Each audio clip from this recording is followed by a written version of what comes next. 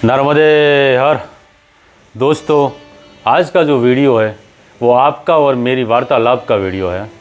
बहुत दिनों से सिंपल मार्ग पर कोई वीडियो नहीं बना पा रहा, उसके लिए क्षमा चाहता हूँ, क्योंकि परिस्थिति ऐसी बनी थी कि कई बार यात्रा पर जा नहीं सका।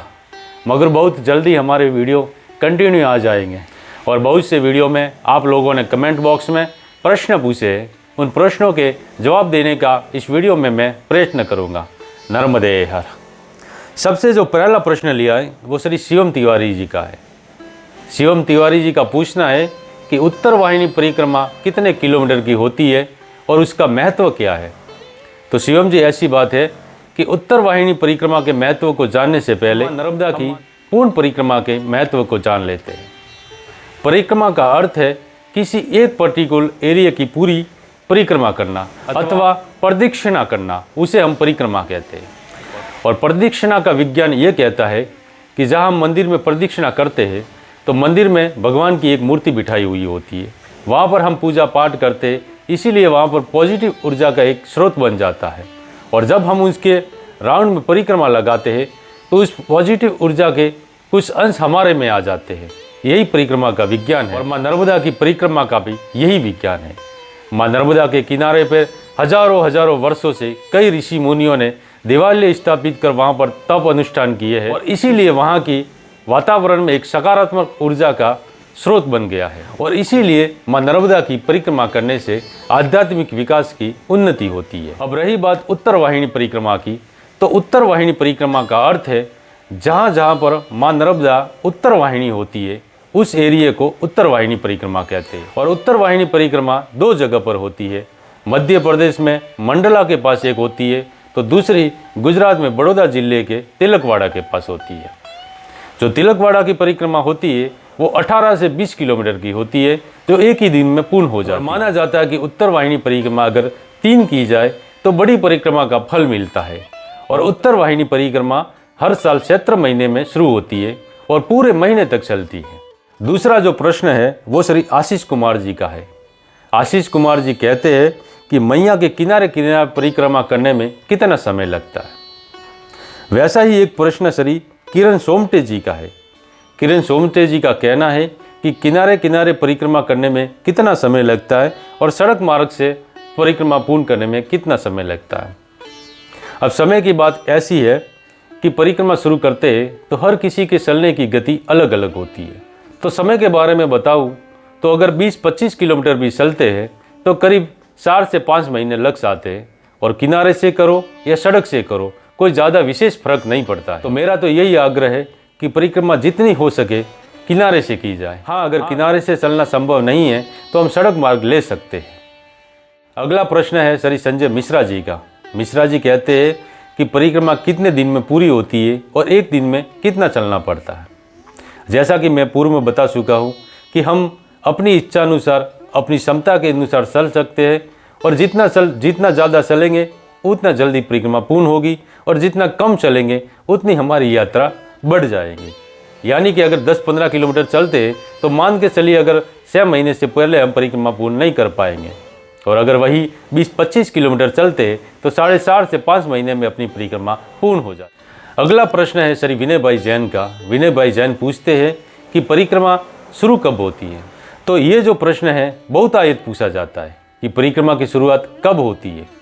जैसा कि हम जानते हैं कि परिक्रमा की शुरुआत देव उठनी एकादशी या कार्तिक पूर्णिमा से शुरू होती है और ज़्यादातर लोग यही से करते हैं।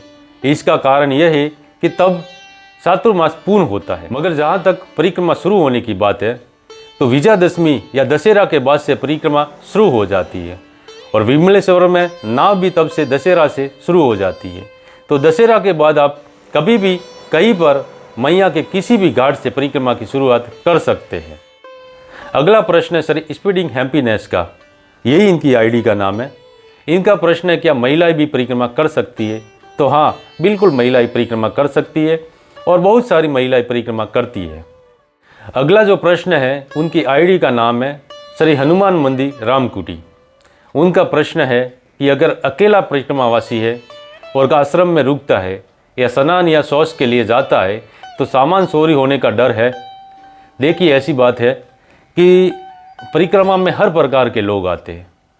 ज़्यादातर मेरे ज्ञान से परिक्रमा में चोरी नहीं होती है, मगर फिर भी इसकी कोई गारंटी नहीं है, क्योंकि बहुत सारे लोग ऐसे भी आते जो महंगे सामान जैसे मोबाइल है, पैसे है, ऐसों की चोरी हो भी सकती है। तो अपना सामान अपनी जवाबदारी से संभाल कर रखिए, या फिर कोई पहचान वाला हो या बहुत दिनों से हमारे साथ चल रहा हो जिस पर आप विश्वास कर सकते, उसे सौंप कर जाए। अगला जो प्रश्न है वो श्री उपेंद्र नायक जी का है। उपेंद्र नायक जी कहते हैं कि आपने परिक्रमा 84 दिन में पूर्ण की थी, क्योंकि आगे के वीडियो नहीं मिल रहे। तो ऐसी बात नहीं है उपेंद्र जी, मैंने परिक्रमा 84 दिन में पूर्ण नहीं की, क्योंकि ब्रह्मांड घाट से आगे से कुछ परिस्थिति ऐसी बनी जो मुझे वाहन से बस में बैठकर परिक्रमा को पूर्ण करना पड़ा था।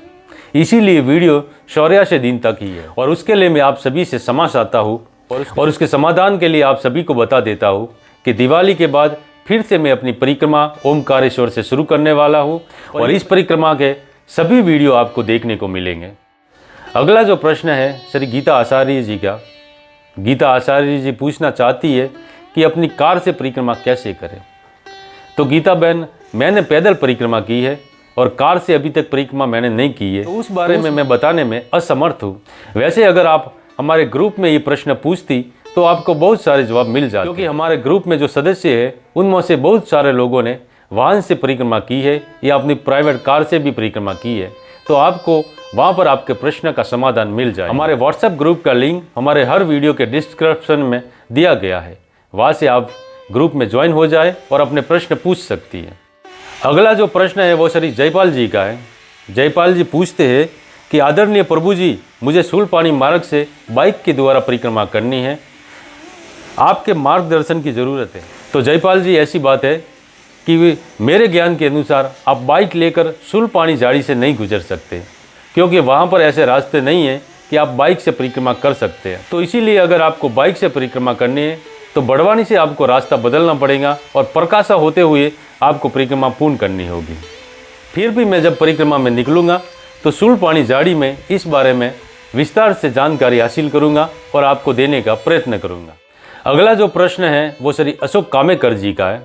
अशोक कामेकर जी कहते हैं कि मैं कार्तिक पूर्णिमा से परिक्रमा की शुरुआत करने वाला हूँ। परिक्रमा मार्ग में जो आश्रम आते हैं वहाँ पर हम रुकते या भोजन करते हैं, उनका क्या चार्ज देना पड़ता है? तो अशोक जी, ऐसी बात नहीं है। नर्मदा खंड में जितने भी आश्रम हैं, जितने भी सेवा केंद्र है, अन्न क्षेत्र है, वहाँ पर रुकने और भोजन प्रसादी की निःशुल्क सुविधा होती है। फिर भी अगर आप कहीं पर दान देना चाहते हैं, सहयोग देना चाहते हैं, तो वहाँ का नंबर लीजिए और परिक्रमा पूर्ण करने के बाद घर जाकर आप सहयोग राशि भेज सकते हैं। अगला जो प्रश्न है वो परिक्रमा से हटकर है। ये प्रश्न है श्री मुकेश कुमार जी का। मुकेश कुमार जी पूछते हैं कि सर, मैं दिल्ली से महिसागर संगम आना चाहता हूँ, क्या आणंद या वडोदरा से मुझे बस मिल जाएंगी महिसागर संगम आने के लिए, और वहाँ पर रुकने के लिए होटल की व्यवस्था है क्या? तो मुकेश कुमार जी, हाँ, आपको आणंद या वडोदरा से महिसागर संगम जाने के लिए बसें बहुत सारी मिल जाएंगी। आपको आणंद या वडोदरा से वासद आना है और वासद से रिक्शा में बैठकर आपको व्यारा खेड़ी महिसागर संगम जाना है। वैसे तो महिसागर संगम पर रुकने के लिए होटलें आदि नहीं बनी हुई है, फिर भी वहाँ पर राम मंदिर आश्रम है जहाँ पर यात्री रुक सकते हैं, और वहाँ पर अगर रुकने की व्यवस्था नहीं होती है तो नज़दीक में वासद है जहाँ पर बहुत सारी होटलें हैं और वहाँ पर आसानी से रुकने की व्यवस्था हो जाती है। आगे जो एक कमेंट है श्री भाऊ साहब बोराड़े जी का। श्री भाऊ साहब कोई प्रश्न नहीं पूछना चाहते, मगर उनकी कंप्लेन है। वो कहना चाहते हैं कि आपकी वीडियो तो अच्छे है, मगर आपके बोलने का तरीका मुझे पसंद नहीं। तो उसके लिए भाऊ साहब आपसे क्षमा चाहता हूँ। बोलने का जो तरीका है वो भगवान ने जो दिया है वैसा है, उसे मैं बदल नहीं सकता। हाँ, वीडियो आपको अच्छे लगे उसके लिए आपका धन्यवाद। और आज के वीडियो में जो आखिरी प्रश्न है वो श्री अनंत गोयल जी का है। श्री अनंत जी कहते हैं कि आपने श्रद्धा के नाम पर कहीं पर कोई भंडारा तो किया नहीं। शायद इनके कहने का तात्पर्य ये है कि मैंने एक वीडियो में बताया था कि आप लोगों के द्वारा जो सहयोग राशि भेजी गई है उसमें से कुछ राशि मेरे पास पड़ी है और मैं आगे परिक्रमा वासियों के लिए भंडारा करूँगा। तो अनंत जी, ऐसी बात है, आपका प्रश्न सही है, मगर जब मैं परिक्रमा में निकला, मतलब कि आखिरी 1-2 वीडियो में मैंने ऐसा बताया था, उसके बाद मुझे वाहन से परिक्रमा पूर्ण करनी पड़ी और वैसे भी परिक्रमा वासियों की संख्या में बहुत कमी आ गई थी, तो इस कारण मैं कहीं पर भंडारा नहीं कर सका।